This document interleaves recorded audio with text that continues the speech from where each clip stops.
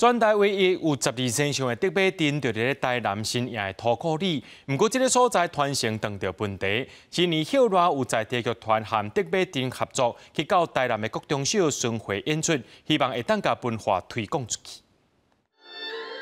台顶的表演者穿特殊的服装，每一人的脚步手路、模具无同的身上，应当咧进行固定仪式，为在场的人祈求祝福。这就是竹马镇，是台南新营土库地久的顶头。竹马镇以南管音乐做背景，用12身上做主角，结合礼行动作来演出。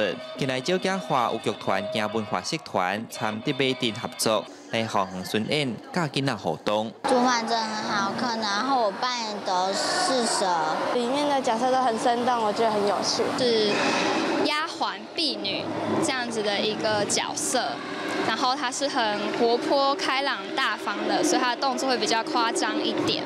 竹马镇的老师表示，传统艺术要保存实在不简单。对2016年开始，舞蹈剧团就参竹马镇合作，剧团参考到竹马镇原来的服装甲动作，去甲戏剧做现代化的结合。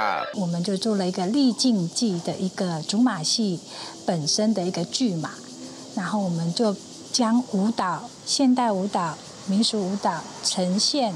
再结合我们的传统，因有参考我的动作，但是伊唔是100%来这个来用我的动作。剧团以教育方式行入校园，今年佫得到台南市文化局的补助，按算要去9间学校推广。伊嘛希望互更加侪人对着竹马镇有进一步了解。记者李成武台南采访报道。